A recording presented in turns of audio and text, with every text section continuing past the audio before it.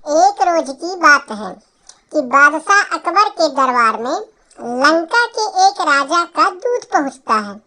उसने बादशाह अकबर से एक नई तरह की मांग करते हुए कहता है कि आलम पना, आपके दरबार में एक से बढ़कर एक बुद्धिमान, होशियार तथा बहादुर दरबारी मौजूद हैं और हमारे लंका के महाराज ने आपके पास मुझे एक घड़ा भरकर बुद्धि लाने के लिए भेजा है। हमारे महाराज को आप पर पूरा भरोसा है कि आप उनका बंदोबस्त किसी न किसी तरह और जल्दी ही कर देंगे।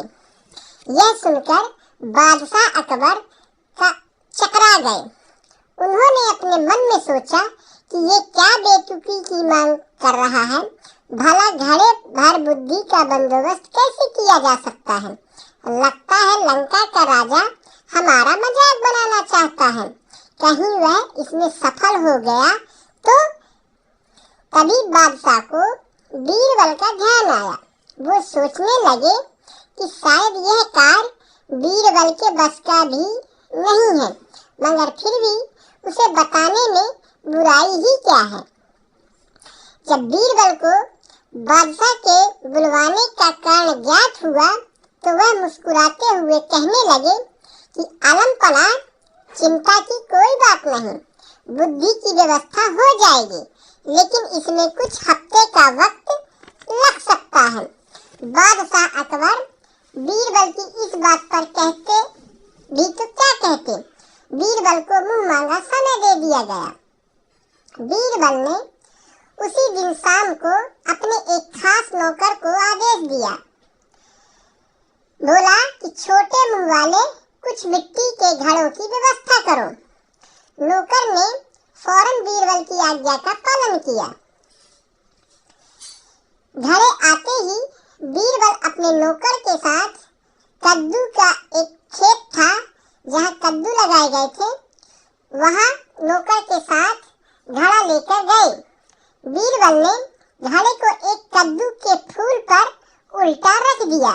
इसके बाद उन्होंने सेवक को आदेश दिया कि बाकी सारे घड़ों को भी इसी तरह कद्दू के फूलों पर उल्टा रख दें। बीरबल ने इस काम के बाद सेवक को उन घड़ों की देखभाल सावधानी पूर्वक करते रहने का हुक्म दिया और खुद वहां से वो चले गए। बादशाह अकबर ने कुछ दिन बाद इसके बारे में पूछा तो बीरबल ने तुरंत उत्तर दिया, आलम पना, इस कार्य को समझिए कि हो चुका। बस समझे कि बस 2 सप्ताह का समय और चाहिए, उसके बाद पूरा घड़ा बुद्धि से लबालब भर जाएगा। बीरबल ने 15 दिन के बाद घड़ों के स्थान पर जाकर देखा कि कद्दू के फल घड़े के जितने बड़े हो गए थे और उन्होंने नौकर की प्रशंसा करते हुए कहा, तुमने अपनी जिम्मेदारी बड़ी कुशलता पूर्वक निभाई है, इसके लिए हम तुम्हें इनाम देंगे। इसके बाद बीरबल ने लंका के दूत को बादशाह अकबर के दरबार में बुलवाया और उसे बताया कि बुद्धि का घड़ा लगभग तैयार है। लंका के दूत के आने पर बीरबल ने फौरन ताली बजाई।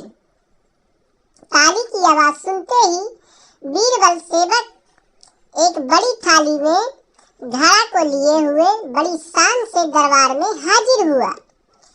बीरबल ने घड़ा उठाया और उस लंका के दूत के हाथ में सौंपते हुए कहा, लीजिए श्रीमान जी, आप इसे अपने महाराज को भेंट कर दीजिएगा, लेकिन एक बात अवश्य ध्यान रखिएगा कि खाली होने पर हमारा यह कीमती बर्तन हमें जैसे का तैसे वापस मिलना चाहिए।